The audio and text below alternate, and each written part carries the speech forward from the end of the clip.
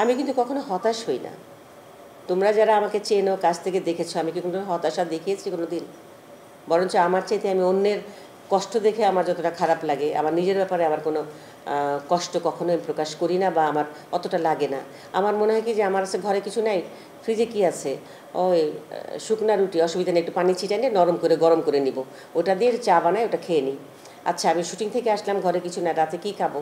আচ্ছা দেখি তো কী খাওয়া যায়, একটা ভাত রান্না করা হয়নি আজকে, তরকারি আছে, আচ্ছা ঠিক আছে।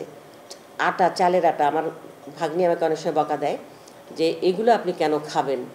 চালের আটা পানিতে গোলায় একটা ডিম দিয়ে তাওয়ার মধ্যে পাতলা করে দিয়ে ওটা দিয়ে আমি হয়তো ওই তরকারিটা দিয়ে খাই। তাতে তো আমার কোনো ক্ষতি হয়নি, আমার কোনো খারাপও লাগে নাই, বা আমি এই জন্য ফ্রাস্ট্রেটেডও না যে আমার কেন নাই। আমি পাশে বাসায় যে বলতে পারতাম যে তোমার ভাত আছে, তরকারি আছে, আমার ঘরে নাই। কেন বলবো?